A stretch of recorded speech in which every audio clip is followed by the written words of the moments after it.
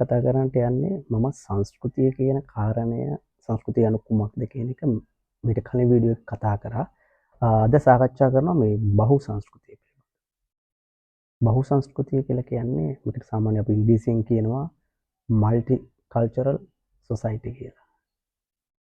බහු කියලා කියන්නේ ගොඩක් කියන එක. එතකොට හරි සරලවම බහු සංස්කෘතිය කියන කාරණය අපි සෙවීමේදී හම්බෙන දේ තමයි විවිධ සංස්කෘතික ලක්ෂණ තියෙන සංස්කෘතික කාරණා එකතු වෙච්ච තැනක්. ශ්‍රී ලංකාව මල්ටි කල්චරල් සොසයිටි එකක් තියෙන තැනක් විදිහට අපි හඳුන්වන්නේ. ශ්‍රී ලාංකිකයෝ විදිහට මල්ටි කල්චරල් සොසයිටි එක කියන්නේ බහු සංස්කෘතියක් ඇතුළත ජීවත් වෙන මිනිස්සු විදිහට තමයි අපි හඳුන්වන්නේ.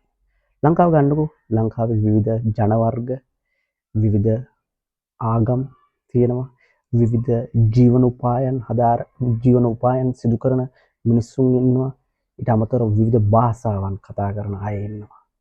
විශේෂයෙන්ම ආගම, භාෂාව, ජීවන උපාය, ඊට පස්සේ ජාතිය අනුව ඇත්තටම විවිධත්වයක් දක්වන සමාජ වලට අපිට කියන්න පුළුවන් ඒවා බහු සංස්කෘතික සමාජ කියලා. ඒ කියන්නේ සංස්කෘතික ලක්ෂණ ගොඩක් එකට එකතු වෙච්ච තැනක් විදිහට මේ බහු සංස්කෘතික සමාජය හඳුන්වන්න පුළුවන් හරි සරලව. දැන් මේක තවත් විදිහකින් අපිට බහු සංස්කෘතික ලක්ෂණ බහු සංස්කෘතියක් ශ්‍රී ලංකාවට නිර්මාණය වෙන්න බලපාපු කාරණා මොනවද? ඇත්තටම මේක පොඩ්ඩක් කතා කරද්දී අපිට හිතෙන්න පුළුවන් මේක ලංකාවට අදී බහු සංස්කෘතිය ආවද නැහැ. ආක්‍රමණ ලංකාවට වෙච්ච සංක්‍රමණ විවිධ ජන කොටස් ආපුවා වෙළඳාම සඳහා මිනිස්සු ආපුවා මේ ඔක්කොම එකහසු වෙලා තමයි බහු සංස්කෘතියක් කියන එක ක්‍රමිකව නිර්මාණය වුණේ ශ්‍රී ලංකාවේ. එකපාර බහු සංස්කෘතියක් ලංකාවේ නිර්මාණය වුණේ නැහැ. ඒ කියන්නේ අපේ විජය ඇතුළු පිරිස ආපු තැන ඉඳලම බහු සංස්කෘතික ලක්ෂණ විටින් විට ශ්‍රී ලංකාවට එකතු වුණා. මේක තමයි ඇත්ත. ද්‍රවිඩ ආක්‍රමණිකයන් කාලිංග මාගලා ලංකාවට සටන් කරපු අවස්ථාවවලදී ආපු සටන්කාරයෝ ලංකාවේ මිනිස්සුත් එක්ක විවාහ වුණා.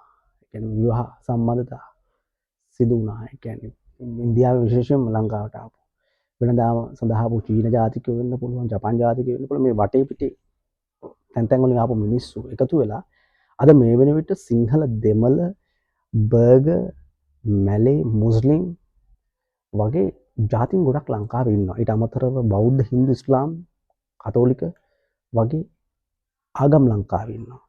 ඊට පස්සේ ගොවිතැන ප්‍රධාන කරගත්තු වෙළඳාම, ගොවිතැන, ඊට පස්සේ විවිධ වෘත්තීය කාරණා වෙන්න පුළුවන්, දීවර වෙන්න පුළුවන්, ස්වයං රැකියාව වෙන්න පුළුවන්, ව්‍යාපාර වෙන්න පුළුවන්. ඒ වගේ විවිධ ජීවනෝපායන් සිදු කරන මිනිස්සු ශ්‍රී ලංකාවේ ඉන්නවා. මේ ඔක්කොම බහු සංස්කෘතික සමාජයක් විදිහට අපිට හඳුන්වන්න පුළුවන්. මේ සියල්ල එකතු වෙච්ච තැන. ඇත්තටම මේ සියල්ල එකතු වෙච්ච තැන කොයිතරම් හොඳද, සුන්දරද?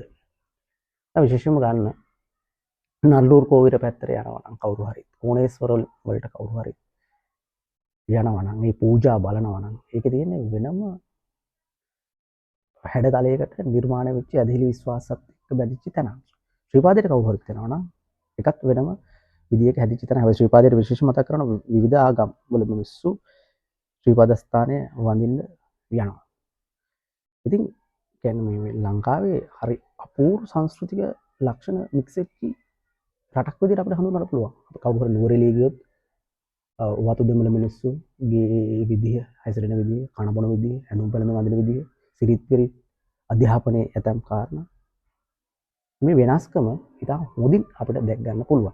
මේ සියල්ලේ එකතුවක් තමයි බහු සංස්කෘතික සමාජයක අපිට දැක් ගන්නට පුළුවන් වෙන්නේ. ශ්‍රී ලංකාව බහු සංස්කෘතික රටක් වීම හොඳයිද හරි සර්? කොච්චර හොඳද? රටවල් වේගෙන් දියුණු වෙන බලපානවා බහු සංස්කෘතික ලක්ෂණ. දැන් ඇමරිකාවට ගියොත් ඇමරිකාවත් එහෙමයි. ඉන්දියාවත් එහෙමයි. එහෙම මිශ්‍ර වෙලා තමයි ඉන්දියාවේම ජන කොටස් රසක් ඉන්නේ.